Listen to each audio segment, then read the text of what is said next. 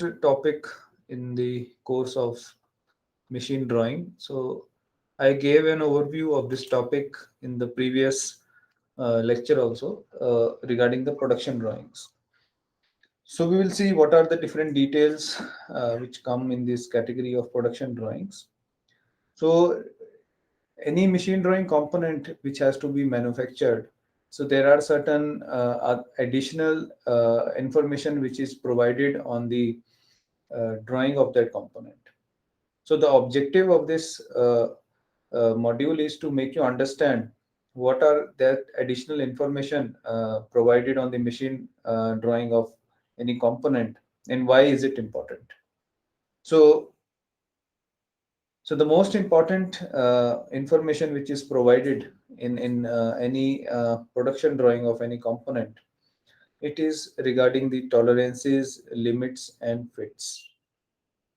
So production drawing, as I also discussed earlier, it is used or it will be used on the shop floor by the people who are actually manufacturing any component from the raw material.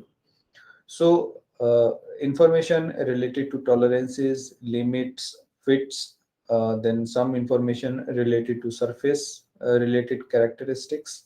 So this information has to be provided to the manufacturer of that component. So before we really know what are the different symbols, what are the different terminologies which are used, we will first go through the basics of these terms which are very, very important for any mechanical engineer to understand. So why it is important to study the tolerances, limits, and fit?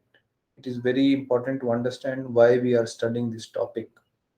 So as I mentioned earlier, no manufacturing process in this world can produce the component of exact same size every time. In every manufacturing process, in every run, there will be variation in size because of various reasons. So these reasons could be reasons pertaining to quality of the raw material. This could be the reason pertaining to the setting or in improper setting of the machine or the fixture. There may be error in the measurement, or there may be poor workmanship, and so on.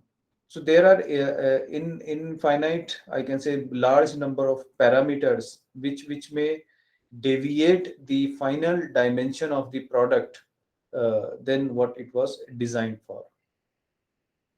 Now, this deviation from the exact dimension, to a certain extent, it may be permissible, but beyond a certain limit, you cannot accommodate that different dimension in the product, especially in case of complex products where multiple sub products are assembled together so that they work together in order the complete product is working in a proper way. So in those scenarios, understanding of tolerances, limits, and fits is very important. So now you have this understanding that no manufacturing process can produce the part or a component of exact same size every time. So this variation in the part dimension, it has to be accommodated in the design itself. So these terms like tolerances and limits, they basically imply or they give the flexibility to the manufacturer that some variation in the dimension can be tolerated. So that is why the name is given as tolerances. We will see exact definition, exact concept in the subsequent slides. But just for giving the context, I have explained in a more simpler language. So because there will be an some deviation from the exact size, so there has to be deviation has to be defined by limits. Limits as in limits of the size. So as have taken the earlier taken the example of the shaft. So suppose we are turning a shaft on a lathe machine. Okay, so this shaft will basically be produced of a certain diameter. So I will give that this shaft has a diameter of 20 millimeters. Now, no lathe machine in the world can produce it exactly 20.00 every time. So there will be always variation in this. So this may be produced as 20 plus minus say 0.05 millimeters. So there can be a scenario where it can be 20.004 millimeters. So there are two scenarios now. In scenario one, what is happening? Maybe you are using a manual lathe machine.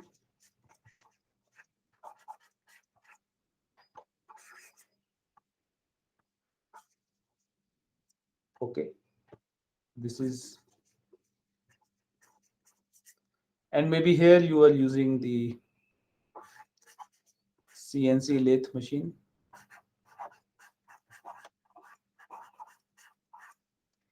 So what is happening that when you are using a more sophisticated machine tool, the tolerance limit, it is further narrow, but the cost of production will also definitely increase.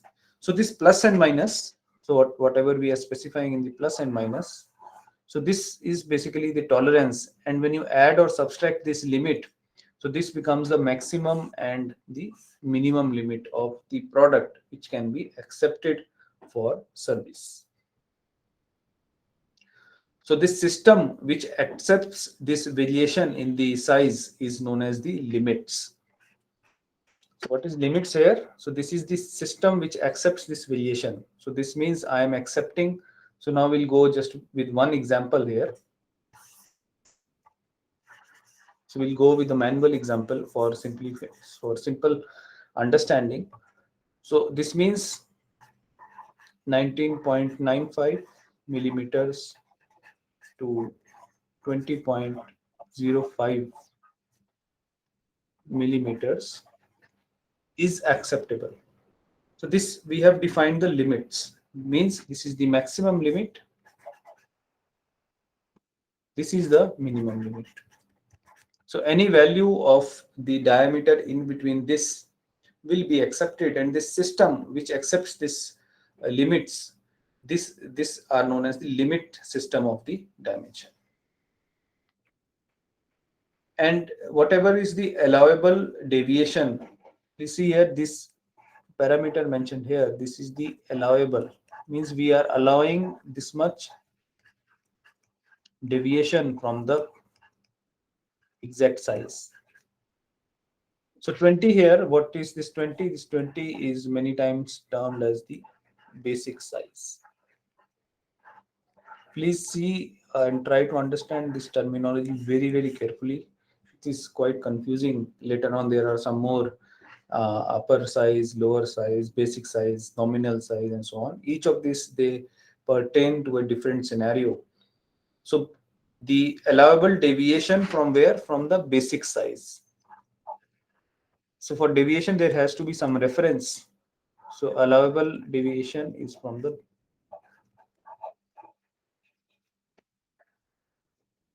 basic size. So this allowable deviation is, these are known as the tolerances. Means the end user or the product can tolerate this much of deviation from the basic size in order to function properly. Now, there can be a scenario where we can narrow down these tolerances to a very, very high level, means the variation will be very, very small. But what happens, the cost of production, cost of manufacturing of such a component with very narrow deviation or very narrow tolerances is very high.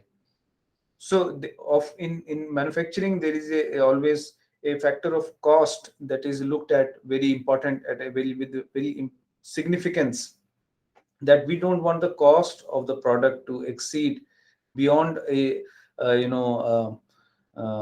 certain limit, because then there will be no people to get that type of product.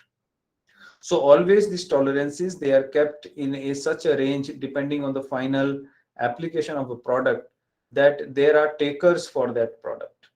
It is not the case that there are no takers for the product. You have made a very fine product, or because more narrow are the tolerances, more processing, more control while the manufacturing has to be done, has to be brought into place, which will involve expensive machine tools, which will involve very highly skilled labor, which will involve very high purity of raw material.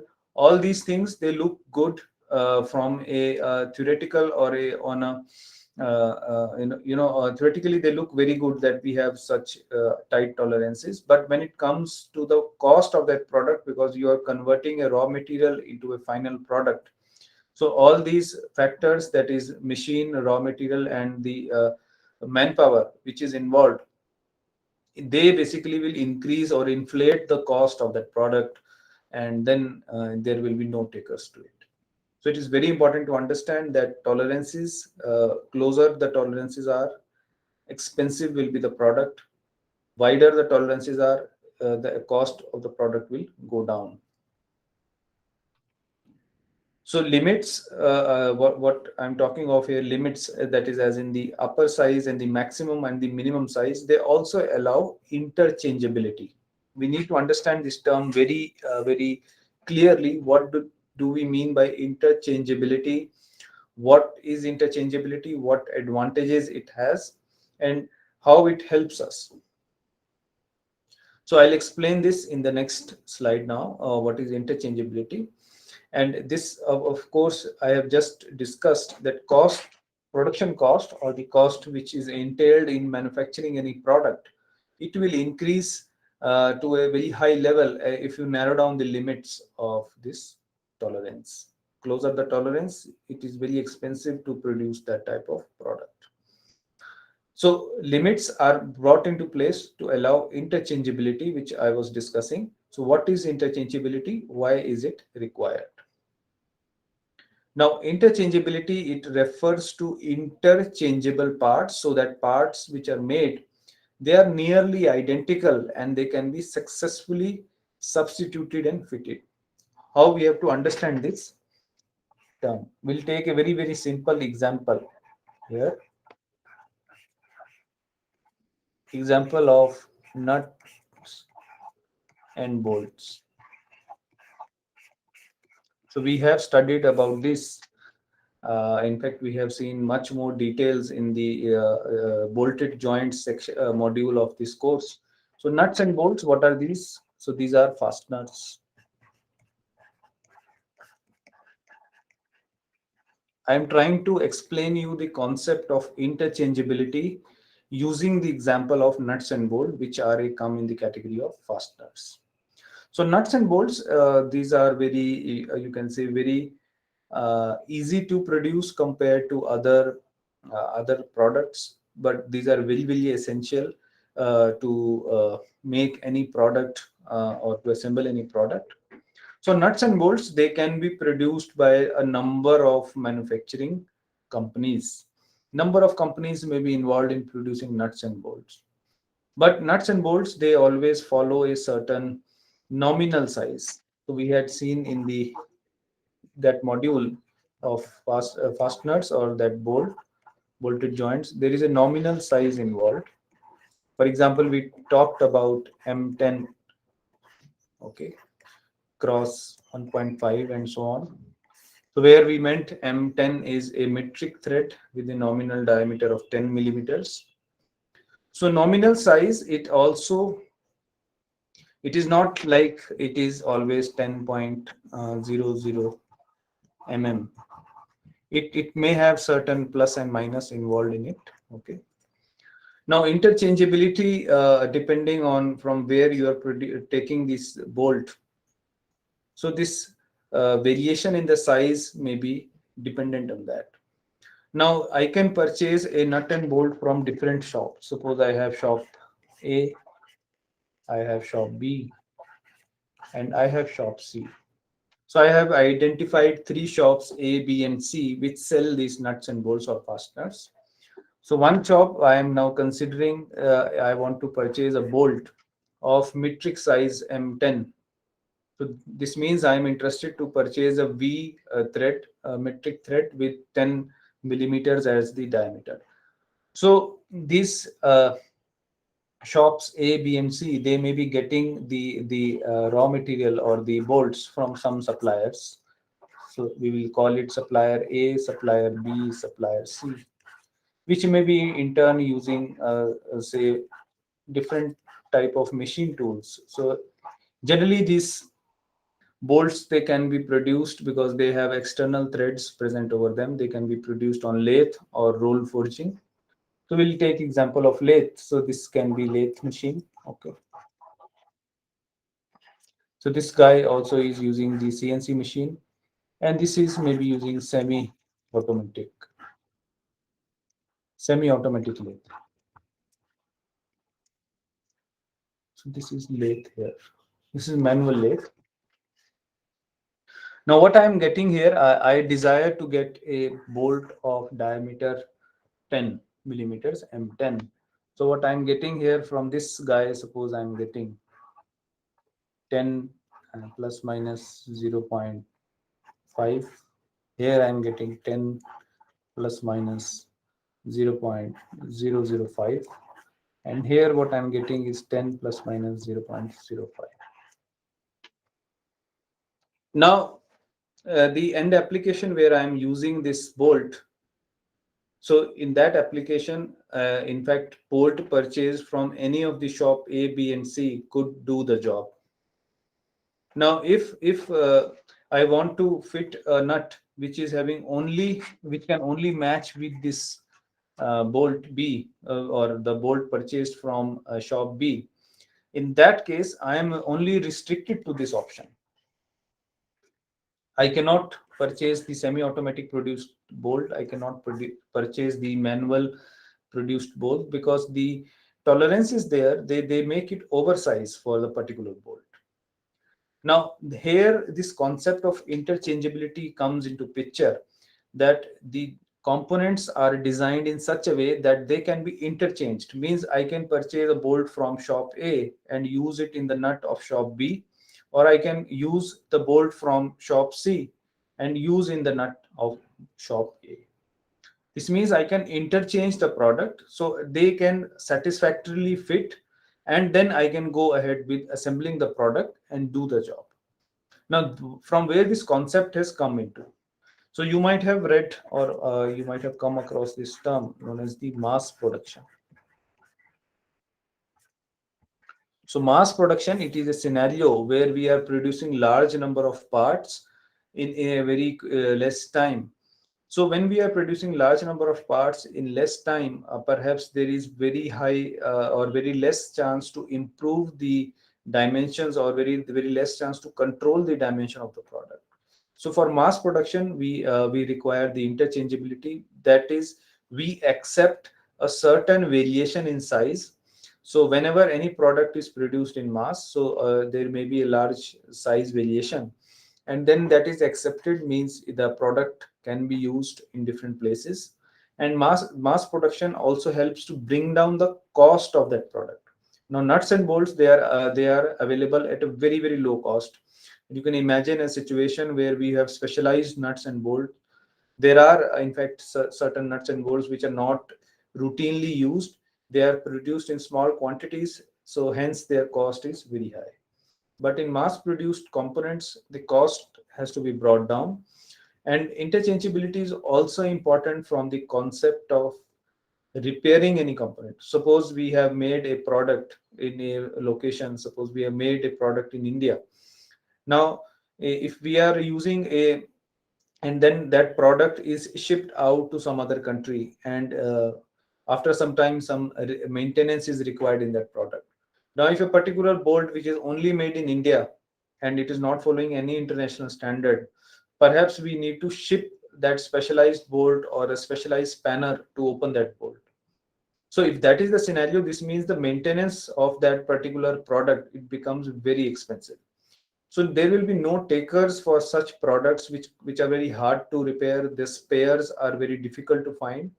So interchangeability in this scenario means I can purchase a bolt from the country or from the location where the now the product is commissioned and it is working, and I can repair the product and then I can continue working. So interchangeability, it helps us to basically bring down the production cost, bring down the maintenance cost, and this is very important for understanding that how the system or how the products they are being used in different engineering scenarios. So I'll just walk through you to the concept which I've just explained in the text, which I'll be just presenting on the slides now.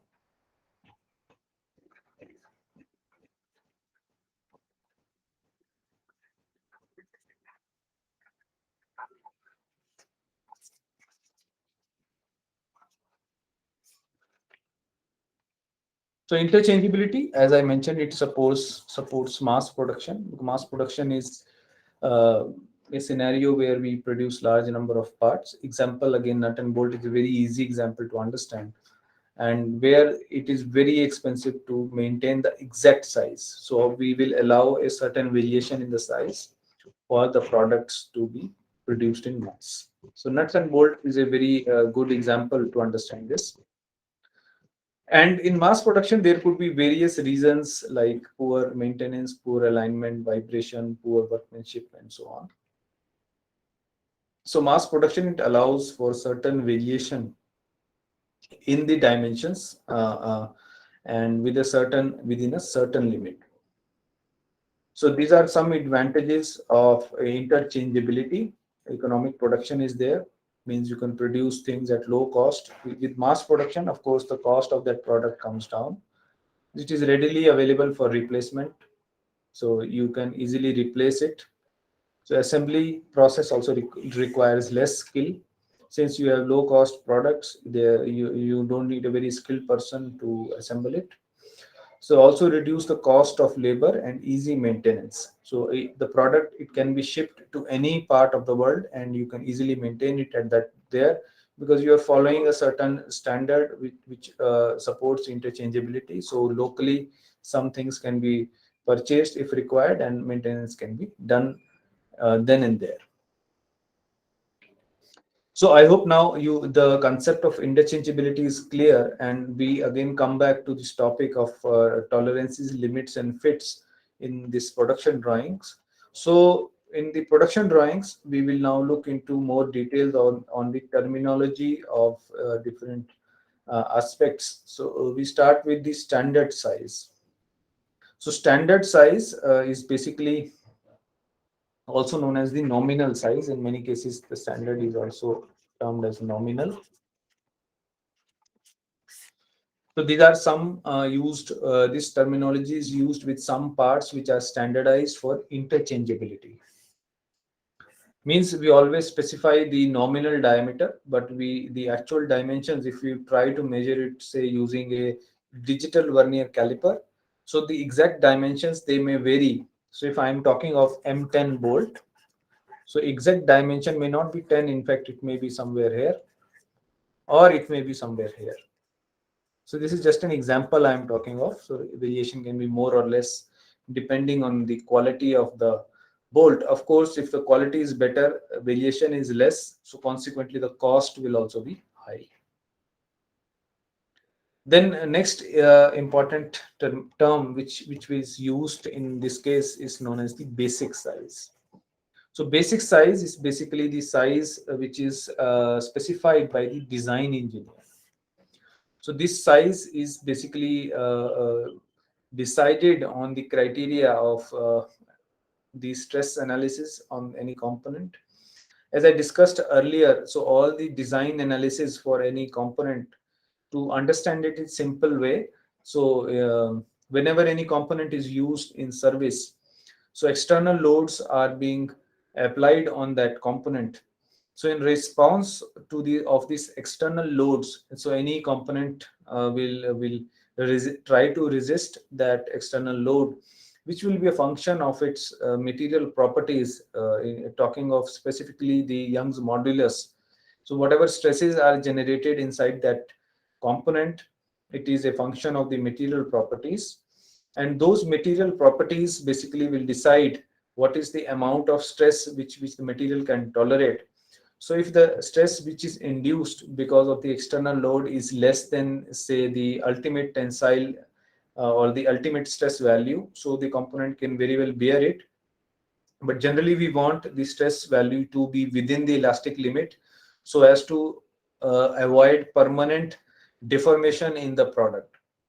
If the stress value exceeds the plastic elastic limit value, so what will happen, you will load a certain component, the stress will exceed the elastic value, so there will be a permanent deformation in the product. So this means the product has failed. So basic size will come from there, the stress analysis, and limit and tolerances, limits to the tolerances, they are specified to the basic size. So they are never specified with the nominal size, they are always specified to the basic size, because variation will come in there.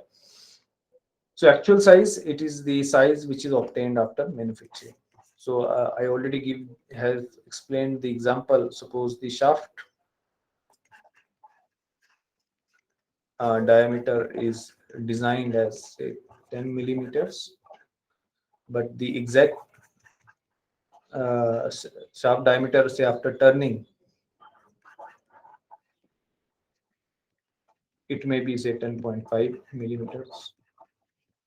So this variation of zero point 0.5 millimeters, will it be acceptable or not, will be decided based on the application, based on the certain needs. If not, so of course the new shaft wheel has to be required, which has to be near to this basic size. So our objective in all these cases is to be, in most cases we want to be near to this basic size. More nearer we are to this basic size, more good quality product is being made. But there are reasons which I just explained, which will always cause the deviation from this basic size. And as an engineer, we have to decide what level of deviation are we going to accept in this basic size. So that will come from the manufacturing process, the final application of that product, and so on.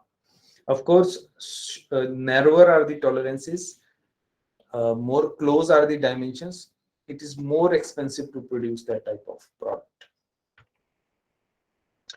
Now, to understand the concepts, more concepts of tolerances, limits, and fits, we will be taking the simple example of a hole and shaft arrangement.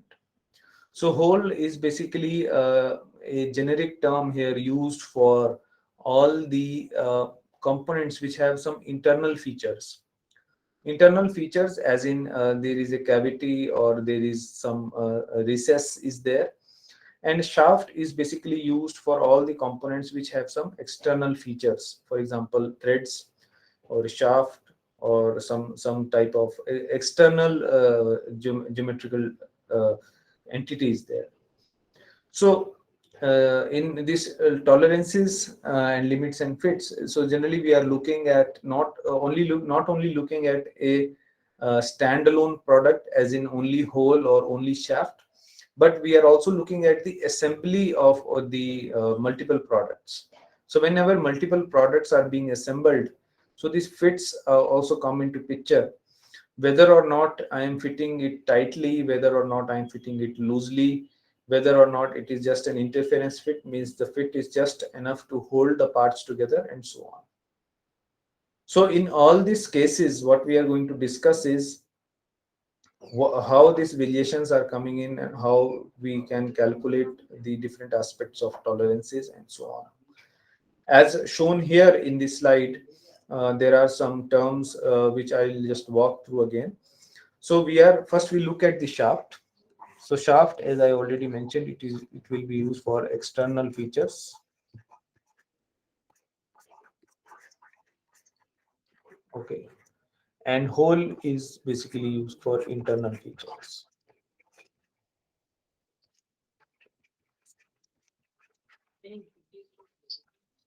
So in shaft, so we are first looking at a zero line. So zero line is the line where the exact diameter of the hole matches with the exact diameter of the shaft.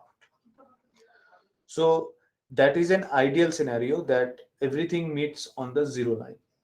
But in the practical scenario, that is never going to happen. Sometimes what may happen, the shaft may be oversized, sometimes the shaft may be undersized. Similarly, in case of hole, it may be oversized or it may be undersized. So we look at the shaft. So the shaft, this is the variation, means the upper limit and the lower limit. So this acceptable variation becomes tolerance here. The lower limit, of course, will be the minimum diameter wherever it is there, and the upper limit. So the lower limit, it is basically the minimum diameter of the shaft from the zero line, and the upper limit, it is the maximum diameter of the shaft from the zero line. So to decide this deviation, we need a reference. So that reference will be the zero line, which is the exact line at which if ideally the size of the hole matches with the shaft, so there is a perfect fit. So lower deviation, it is the difference between the zero line and the minimum diameter of the shaft, and upper deviation is the difference in the zero line and the upper or the maximum diameter of the shaft. And of course, if the shaft is coming near the zero line, so this becomes the basic size of the shaft. So now I think these terms are clear. There is a minimum diameter which corresponds with the lower deviation, and there is a maximum diameter which corresponds to the upper deviation. Now this upper and lower deviation, they will become a reverse in case of hole. So because what will happen in case of hole, the zero line will be there where it is same, because since we are looking at two assembled or meeting parts. So here in this case, the for in case of hole, the upper deviation will be from the minimum diameter. So minimum diameter means the hole is undersized, and maximum diameter means the hole is oversized.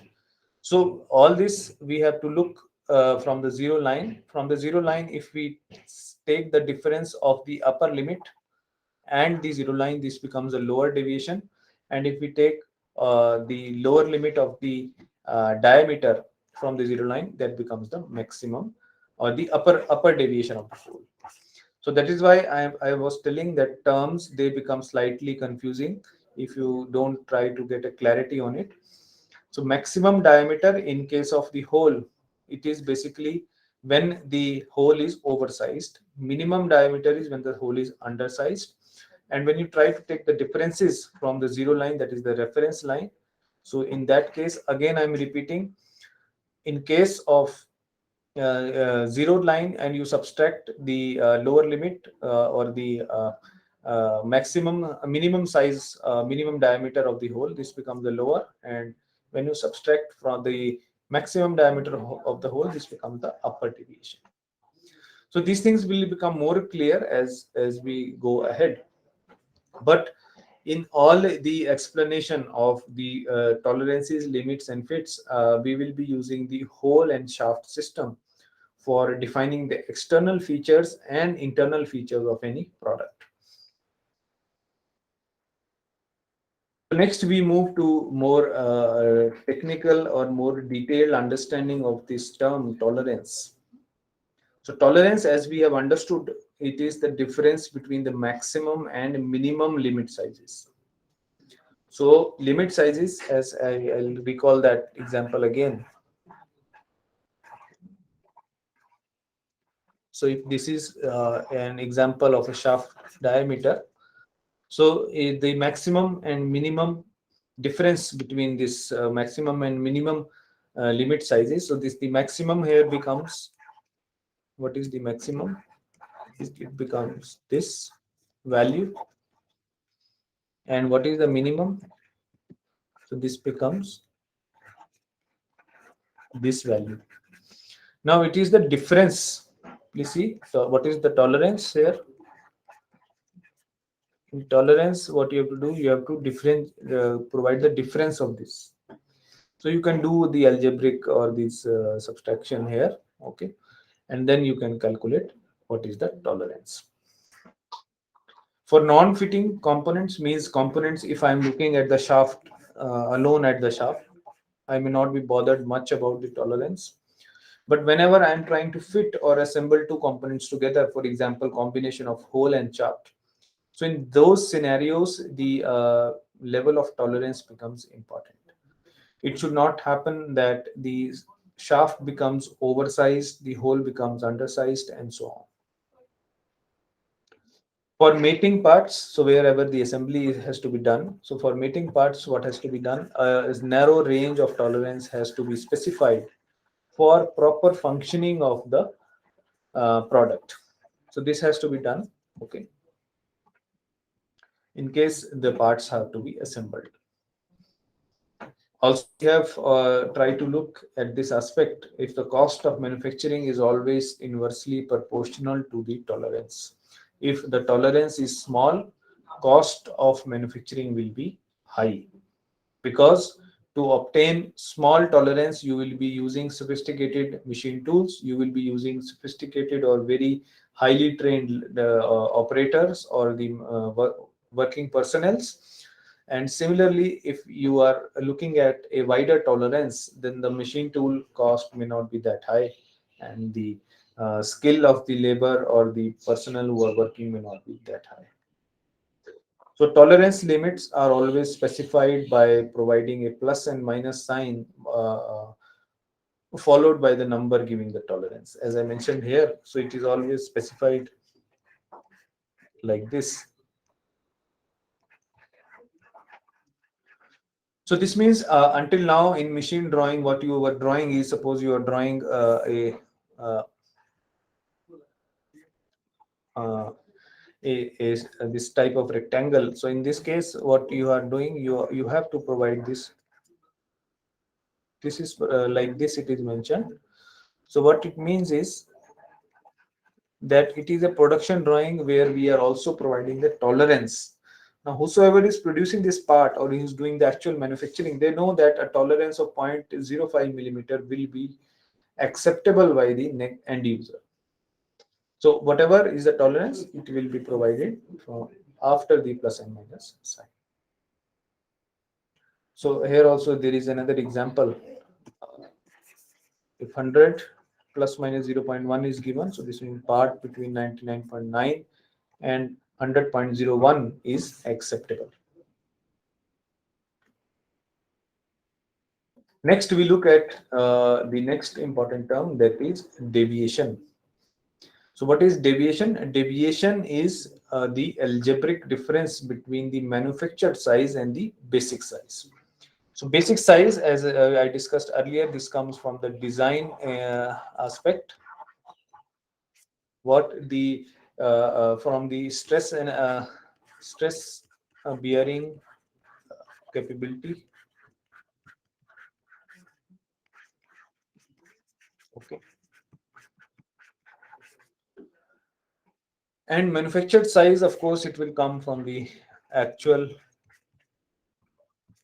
manufacturing process.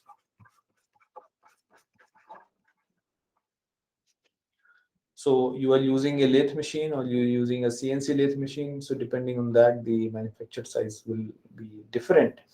But basic size, it is coming from the design perspective. That is from the stress bearing capacity. So whatever the stresses are induced, so if the material can withstand it or not. And the algebraic difference between both of these sizes, okay, this is known as the deviation. So two types of deviation they exist. So one deviation is the upper deviation, which is the maximum deviation uh, minus the basic size. So I'll try to give it in a more simple example here. Suppose this is the zero line,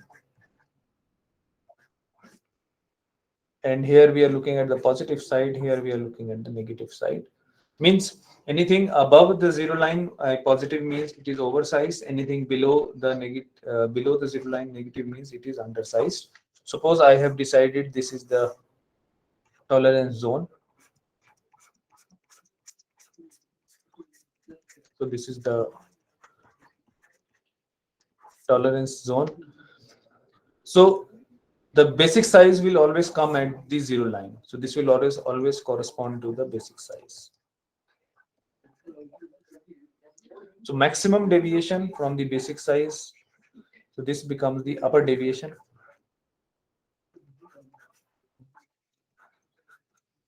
And the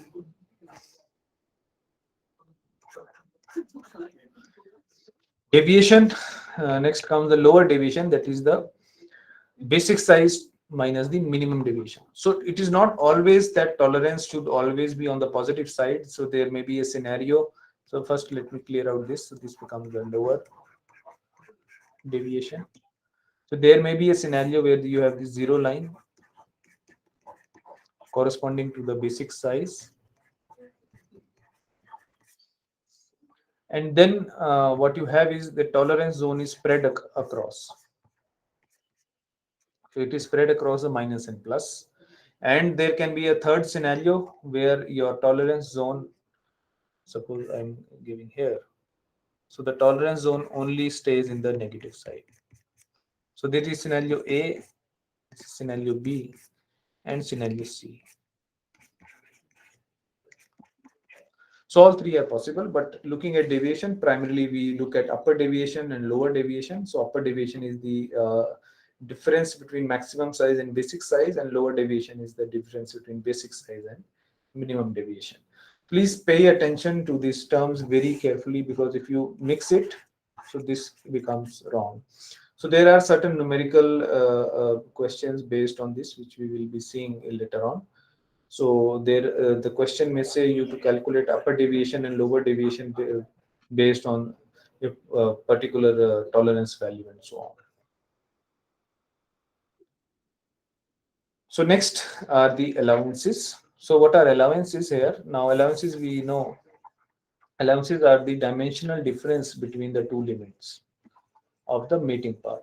So tolerance comes into picture when we are looking at a single part, like we are only looking at the shaft, or we are looking only at the uh, hole. But allowances will come into picture whenever you have the assembled parts. So we don't talk of allowances in case of a single part. So whenever we are assembling two parts together, we look at the allowances. So this is the dimensional difference between the maximum limit of the two meeting parts. So this means we will look at the maximum limit, difference in the maximum limit of the two parts. So means if we have a hole, so we will look at the upper.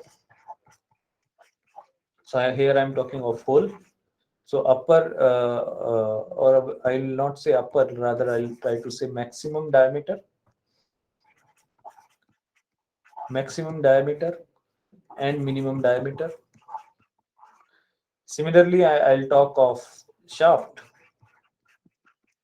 which is maximum diameter, and it will have a minimum diameter. Now the dimensional difference between the maximum limit of the two components. So there will be a certain limit here, certain limit here. So then here we will subtract hole and shaft together. So then we'll come up with the allowances, whether it is a loose allowance, it is a tight allowance, or it is an interfit kind of an allowance. So I hope this terms are clear. Just last is left, which is the fundamental deviation, which I'll just discuss. So next is the fundamental deviation. So fundamental deviation, it is the upper or the lower deviation, whichever is closest to the basic size. So again, I will take the simple example here. So suppose here we have the zero line. Okay. And suppose our tolerance zone is somewhere here. So we now know this becomes the upper deviation. Here it is the upper deviation, and here it is the lower deviation. So what is fundamental deviation? It is the upper or lower. It can be either or lower, which is closest to the basic size. Now basic size always lies near the zero line. So this means this deviation here, the lower deviation, this becomes the fundamental deviation, because it is closest to the basic size. Then our limits, these are the extreme allowable sizes of any component. So limits, of course, now we know it is the maximum and minimum size for any component which is allowed. So with this, I will stop here. And now we can have questions from your end if there are any.